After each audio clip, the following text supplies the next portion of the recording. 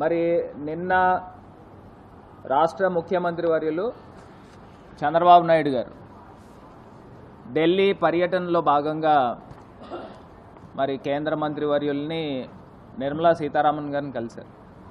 కలిసిన దాంట్లో ఆయన కొత్త ప్రపోజల్ పెట్టాడు. అంటే దేశంలో ఏ రాష్ట్ర ముఖ్యమంత్రికి కూడా రాని ఐడియా. అంటే చాలా వినూత్నంగా సంపద సృష్టిస్తూ ఉన్నారు. ఆయన చెప్తా ఉన్నాడు కదా, నేను సంపద సృష్టించి ప్రజలకి సంక్షేమ పథకాలు ఇస్తానని. మరి బహుశా 1% అదనంగా మరి ఆయన సర్ఛార్జ్ అంటే జిఎస్టీ పైన సర్ఛార్జ్ పెట్టుకునేదానికి వెసులుబాటు కల్పించండి అని సాక్షాత్తు ఫినాన్స్ మినిస్టర్ గారిని మరి చంద్రబాబు నాయుడు గారు ఢిల్లీలో కోరడం జరిగింది. మరి సంపద సృష్టించడం అంటే ఇదేనండి. అంటే సామాన్య ప్రజలు, సగటున సామాన్య ప్రజలు ఆంధ్రప్రదేశ్ రాష్ట్రంలో, కేవలం ఇది ఒకటే రాష్ట్రం, దేశంలో ఏ రాష్ట్రం కాదు, ఆంధ్రప్రదేశ్ రాష్ట్రంలో ఏది కొన్నా కానీ 1% అదనంగా ట్యాక్స్ కట్టాలన్నమాట. ఇప్పటికే నిత్యావసర వస్తువులు చంద్రబాబు నాయుడు గారు కుర్చీలో కూర్చున్న తర్వాత సామాన్య ప్రజల యొక్క నడ్డి విరగొట్టారు. బాదుడే బాదుడు కిందన రేట్లు బాది, ఉల్లిపాయ టమాటా అయితే సెంచరీ కొట్టేసినాయి. మరి ఇంకా అసలు సామాన్య ప్రజలు ఎలా బతకాల? దీనికి అదనంగా మరి డైరెక్ట్గా ఫినాన్స్ మినిస్టర్ గారిని ఎంత నిస్సిగ్గుగా అడుగుతూ ఉన్నారండి. ఆయన చెప్తా ఉన్నాడు, విజయవాడ వరదలు వచ్చినాయి, అతలాకుతలం అయిపోయినాయి, దాని గురించి రాష్ట్ర ప్రజలందరూ కూడా 1% ట్యాక్స్ కట్టాలి. మరి ఇదేనండి చంద్రబాబు నాయుడు గారు తమరి తాలూకా సెల్ఫ్ ఫైనాన్స్డ్ అమరావతి మోడల్ అని చెప్పారు. మరి ఏం చేశారు అమరావతి మోడల్? సంపద సృష్టించడం అంటే ఇదేనా? ప్రజలపైన ట్యాక్సులు పెట్టడము ఇదేనా సంపద సృష్టించడం అంటే? నాకు ఏదో పూర్వం రోజుల్లో కొంతమంది రాజులు గుర్తొచ్చేవారు. ఇదే సేమ్ టైప్లో సామాన్య ప్రజలపైన పన్నులు వేసి ఖజానాన్ని నింపుకునేవారు. సేమ్ ఇదే పద్ధతి కనబడతా ఉంది చంద్రబాబు నాయుడు గారు వ్యవహార శైలి చూస్తూ ఉంటే. అసలు ఇది ఎక్కడ ధోరణి అని అడుగుతూ ఉన్నాం. మళ్ళీనేమో డైరెక్ట్గా ఇవాళ ఈనాడు పేపర్లో రాస్తూ ఉన్నారు. ఈనాడు పేపర్లో డైరెక్ట్గా వెసులుబాటు కల్పించండి అని చెప్తా ఉన్నారు. ఎంత అన్యాయం అండి ఇది!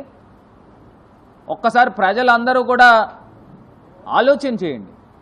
చంద్రబాబు నాయుడు గారు సంపద సృష్టించడం అంటే ఇదేనేమో బహుశా.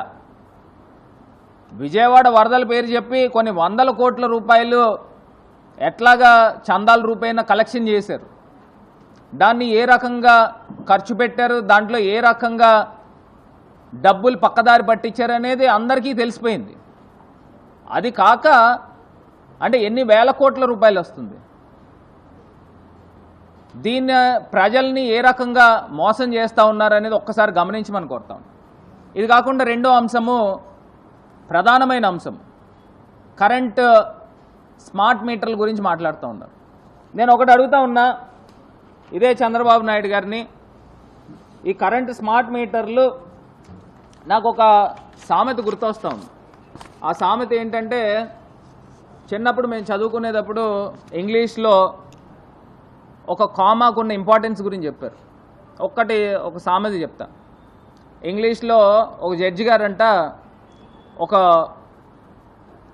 స్టేట్మెంట్ రాసినప్పుడు ఒక అతనికి hang him not leave him అంటే ఒక కామా తీసుకొచ్చి హ్యాంగ్ హిమ్ నాట్ అంటే ఆయన్ని ఉరి తీయద్దు, వదిలేయండి అని దానికి అర్థం. హ్యాంగ్ హిమ్ నాట్ పక్కన కామా పెట్టాలి.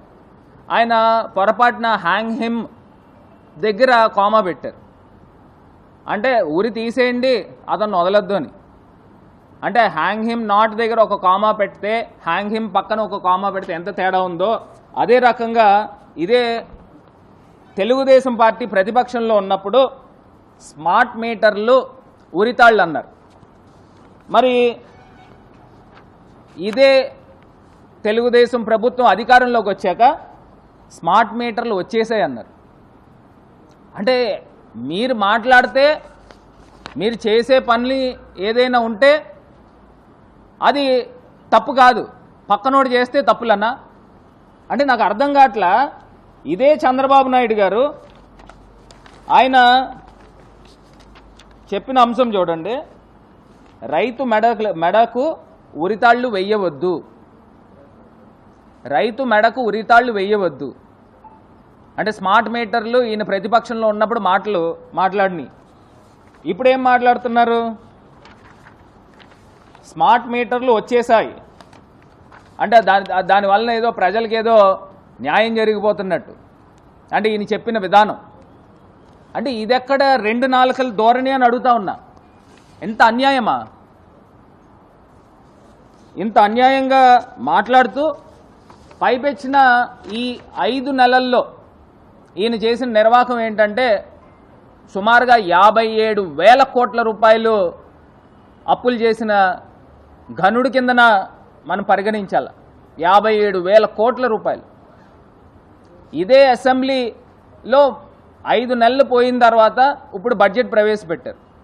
ఈ బడ్జెట్ ప్రవేశపెట్టిన దాంట్లో క్లియర్గా తేటతెల్లమైంది కదండి ఈయన ఎన్ని అబద్ధాలు ఆడారో. గతంలో జగన్మోహన్ రెడ్డి గారి ప్రభుత్వంలో 14 లక్షల కోట్లు 13 లక్షల కోట్లు నోటుకొచ్చిన మాటలు చెప్పారు. అప్పులు చేసేసారు 13 లక్షల కోట్లు 14 లక్షల కోట్లని. మరి ఇదే అసెంబ్లీలో బడ్జెట్ మీరు పెట్టినప్పుడు జగన్మోహన్ రెడ్డి గారి హయాంలో 6,75,000 కోట్ల రూపాయలు సుమారుగా అవే అప్పులు. అంటే గతంలో మీరు చేసిన అప్పులతో కలుపుకుని మరి ఏ రకంగా అబద్ధాలు ఆడారండి? ఇదే చంద్రబాబు నాయుడు గారు నోట్తోనే కదా ఇన్ని మాటలు చెప్పిన వాళ్ళు. మరి ఏ రకంగా ఇన్ని పచ్చి అబద్ధాలు మరి మాట్లాడతారో నాకైతే అర్థం కాలే. ఇది కాకుండా కరెంట్ ఛార్జీల గురించి చంద్రబాబు నాయుడు గారు ఊరూరా ప్రచారం చేశారు. ఏమని ప్రచారం చేశారు? మేము అధికారంలోకి వచ్చిన తర్వాత నాణ్యమైన కరెంట్ ఇస్తాము, కరెంటు ఛార్జీలు అనేవి పెంచమని చెప్పేసి నేరుగా చెప్పిన మాట ఇదే చంద్రబాబు నాయుడు గారు. మరి ఆయన గెలిచిన తర్వాత మాకున్న లెక్కల ప్రకారం ఆయన 11,000 కోట్లు పైమాటే పెంచేదానికి ప్రణాళిక రూపొందిస్తూ ఉన్నారు. ఈ స్మార్ట్ మీటర్ల పేరు చెప్పి అదేవిధంగా సామాన్య ప్రజలకి ఏ రకంగా ప్రతి యూనిట్కి గరిష్టంగా రూపాయి మరి నవంబర్ 15 నుంచి ఈ యొక్క కరెంటు ఛార్జీల యొక్క బాధుడు మరి చంద్రబాబు నాయుడు గారి ప్రభుత్వంలో వేయబోతూ ఉన్నారు. మరి ఇంతకన్నా అన్యాయం ఎక్కడైనా ఉందండి? అసలు స్కూళ్ళ పరిస్థితి ఏమైనాయండి? చిన్నపిల్లలకి మీరు కనీస పక్షాన ఏదైతే మధ్యాహ్న భోజనం పథకము అసలు నడుస్తూ ఉందా? క్వాలిటీ ఫుడ్ పెడతా ఉన్నారా? స్కూళ్ళ పరిస్థితులు ఏ రకంగా దారుణంగా తయారు చేశారో అర్థమవుతోంది. మరి ఇది కాకుండా ఇదే చంద్రబాబు నాయుడు గారి ప్రభుత్వంలో బియ్యం రేట్లు ఎంత ఉన్నాయండి, నూనె రేట్లు ఎంత ఉన్నాయండి, ఇప్పుడు కరెంటు ఛార్జీలు. నిన్నటికి నిన్న సాక్షాత్తు అసెంబ్లీలో మరి మీ ఎమ్మెల్యేలు నేరుగా మాట్లాడుతూ ఉన్నారు. ఉచిత శాండ్ అన్నారు, ఆ పారదర్శకత కనబడట్లేదు, లోపం ఎక్కడుందో మరి దాన్ని సవరించాలని చెప్తా ఉన్నారు. 5 నెలలు అయింది, లోపం ఎక్కడ ఉంటుందండి? మీ ఎమ్మెల్యేలు అనుచరులు యథేచ్ఛగా ఇసుక అమ్ముకుంటూ ఉంటే లోపం అక్కడ ఉంటుంది. అధికారుల మటుకు ఏం చేస్తారు? అధికారుల పైన నెపం నెట్టేస్తూ ఉన్నారు.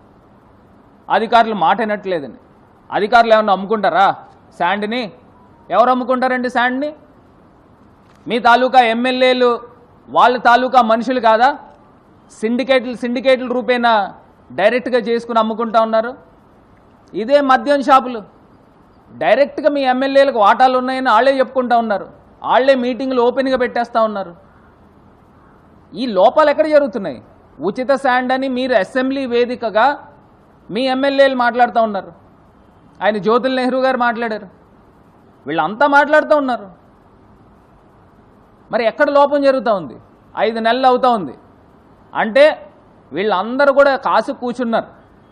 కాసు కూర్చుని ఎప్పుడు ప్రభుత్వం వస్తుందా, ఎప్పుడు మింగేయాలా అన్నట్టు. గతంలో జగన్మోహన్ రెడ్డి గారి ప్రభుత్వంలో శాండ్ నుంచి కానీ వైన్ షాప్స్ నుంచి కానీ ప్రభుత్వ ఖజానాకి వేల కోట్ల రూపాయల ఆదాయం వచ్చేది. మరి ఇప్పుడు వచ్చే ఆదాయం ఎవరి జేబుల్లోకి వెళ్తూ ఉన్నాయి? మీ తెలుగు తమ్ముళ్ళు జేబుల్లో కాదా అని అడుగుతూ ఉన్నా. ఇంత నేరుగా మీకు తెలుసున్నా కూడా ఇంకా ఈ పాటికి కూడా మీరు అరికట్టలేకపోయారు. ఇది నిజంగా చాలా బాధాకరం, శోచనీయం. ఇంకా ప్రధానమైన అంశంకి వస్తే మరి ఇదే ఈనాడు పేపర్, ఇవాళ పేపర్లో డైరెక్ట్గా నేరుగా ఏంటండి ఇది, కన్నతల్లి శీలాన్ని శంకించేవారు మనుషులేనా? అసలు ఈనాడు ఎవరండి, ఎవరి గురించి మాట్లాడుతూ ఉన్నారు? అసలు ఈనాడు పేపర్లో ఇంత నిస్సిగ్గుగా ఎలా వేయగలుగుతూ ఉన్నారు డైరెక్ట్గా? అంటే అసలు ఆ మాట ఉచ్చరించడానికి కూడా మాకు ఎవరికి కూడా నోరు రావట్లా. మరి ఇంత దారుణంగా ఎట్లా మాట్లాడతారు? అసలు నిజంగా దాని గురించి మాట్లాడాలని అంటే నిజంగా ఒక్కసారి చంద్రబాబు నాయుడు గారు నిజంగా ఈ మాటలు మాట్లాడారా, ఆ పదాలు మాట్లాడారా? మరి ఎలా మాట్లాడతారు? ఇదే తెలుగుదేశం పార్టీకి సంబంధించి డైరెక్ట్గా ఈనాడు పేపర్లో ఎవరైతే వర్ర రవీంద్రారెడ్డి గారి పేరు మీద ఫేక్ అకౌంట్ల ద్వారా ఈ పోస్టులు చేశారని చెప్పి నేరుగా అక్కడ పోలీస్ స్టేషన్లో ఆయన కంప్లైంట్ పెట్టారు. ఆయన కంప్లైంట్ పెట్టినప్పుడు ఆ ఏరియా డిఎస్పీనో మరి ఏఎస్పీనో ఆయన మాట్లాడిన మాటలు ఒక్కసారి పోలీసు వారికి కూడా మీడియా ద్వారా ఒక్కసారి ప్రజలకు కూడా తెలియాలి కాబట్టి ఒక్కసారి ఆ పోస్ట్ కూడా నేను చూపిస్తాను.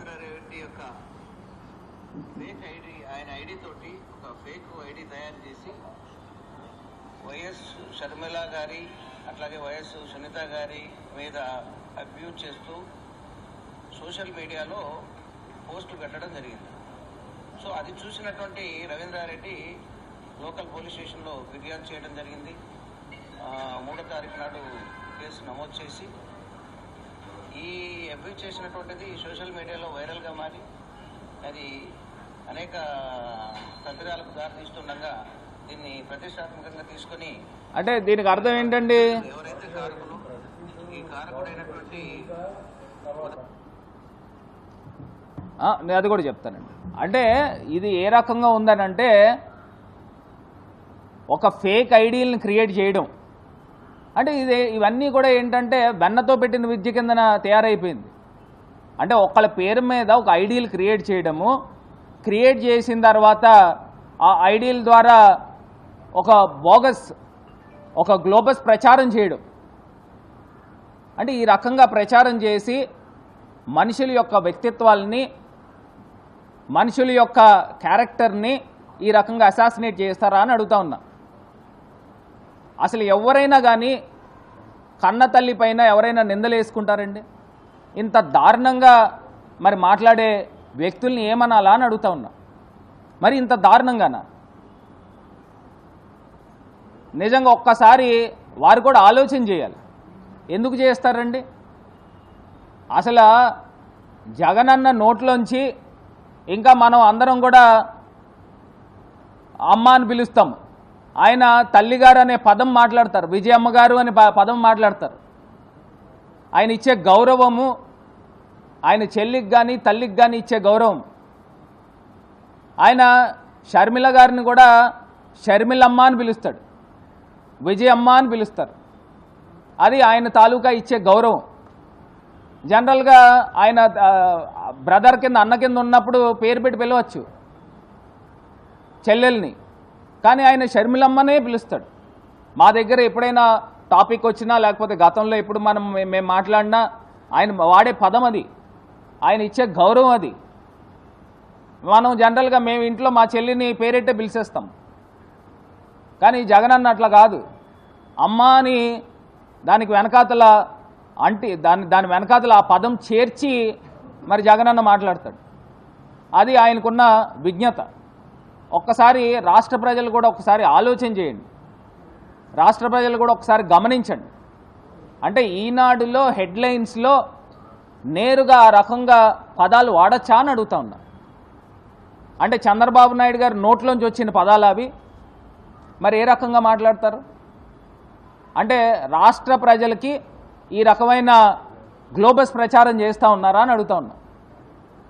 ఇప్పుడు నేను ఇందాక చెప్పాను ఒకటే సామెత, అంటే మీరు మాట్లాడితే అన్నీ కరెక్ట్, పక్కనోళ్ళు ఏదన్నా మాట్లాడితే అది పెద్ద అన్యాయం జరిగినట్టు భూతద్దంలో పెట్టి చూపిస్తారా అని అడుగుతా ఉన్నా.